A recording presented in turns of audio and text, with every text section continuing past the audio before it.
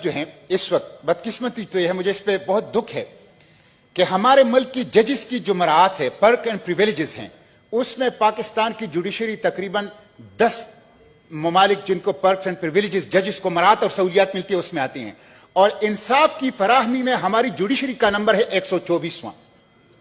مجھے حیرت ہوتی ہے, یہ افسوس کی بات یہ ہے کہ ججز کی مراعات اور سہولیات میں پاکستان 5 اور 10 پہلے 10 ممالک پہ ہے دنیا میں, اور انصاف کی فراہمی میں پاکستان 124ویں نمبر پہ ہیں.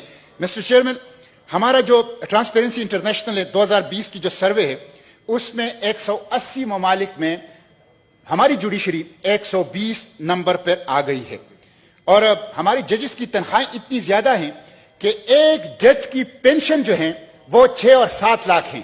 اور مجھے نیشنل بینک کے ایک بندے نے بتایا کہ جس دن کسی جج کی پینشن کی ادائیگی ہوتی ہے تو ہم باقی پینشن سے کہتے ہیں کہ آج چلے جائیں, آج باقیوں کو ادائیگی نہیں ہو سکتی. اتنی بڑی تعداد میں تو پینشن لیتے ہیں, لیکن انصاف کہاں ہے؟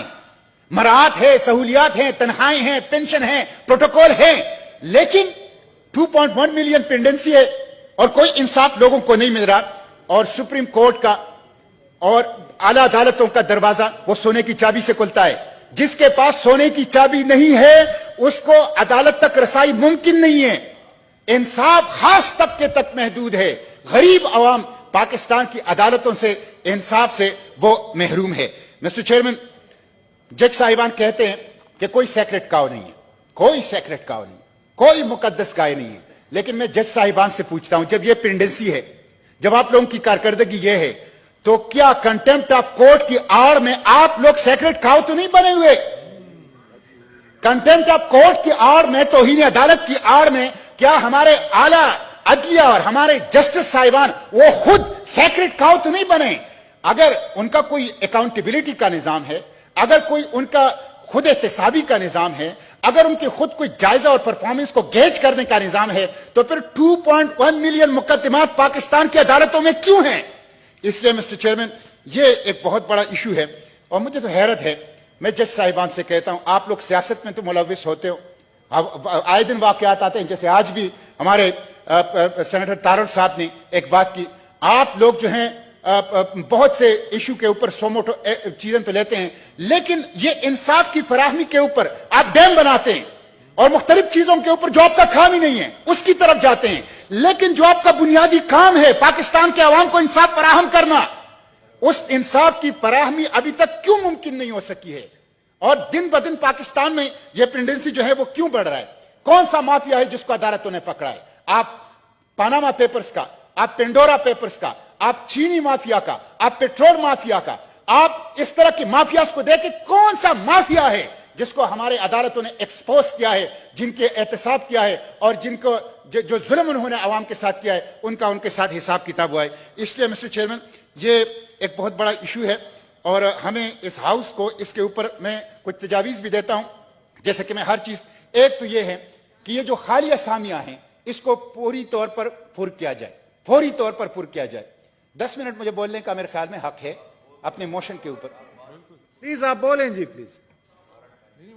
ٹھیک ہے, تو میں یہ عرض کر رہا ہوں کہ جو خالی پوسٹ پڑی ہیں ججز کی تقریباً 1048, ایک تو اس کو پر کیا جائے اور ججز کی تعداد بڑھائی جائے. ججز کی تنخواہوں کو آدھا کر کے ان سے آدھے نئے ججز بھرتی کیے جائے.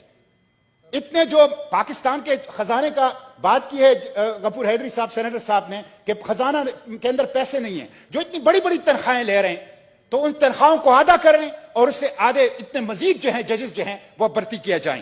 سیکنڈ شفٹ شروع کی جائے, سیکنڈ شفٹ شروع کی جائے. ویڈیو لنک اور ٹیکنالوجی کا استعمال کیا جائے تاکہ اس کے ذریعے سے لوگوں کو انصاف کی فراہمی سے, اور لیگل میٹرز کے اوپر ججز کی ٹریننگ کی جائے.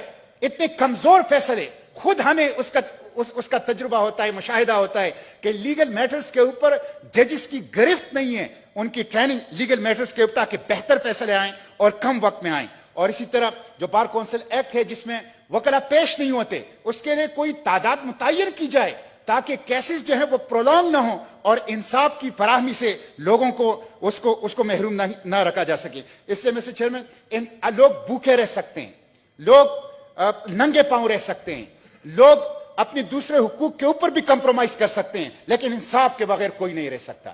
انصاف نہیں ہوگا تو بدامنی ہوگی، انصاف نہیں ہوگا تو اضطراب ہوگا، انصاف نہیں ہوگا تو طبقاتی تقسیم ہوگی، انصاف نہیں ہوگا تو ایک رولنگ ایلیٹ استحصال کرے گی، ایکسپلائٹیشن کرے گی. استحصالی طبقہ وہ استحصال کرے گا عوام کا. اس لیے انصاف کی فراہمی بنیادی چیز ہے، باقی چیزوں کا نمبر اس کے بعد آتا ہے. تو اس کے لیے ہمیں کولیکٹیولی کچھ ایفرٹس کرنی چاہیے تاکہ ہم اپنے عوام کو کم از کم انصاف فراہم کر سکیں. بہت شکریہ.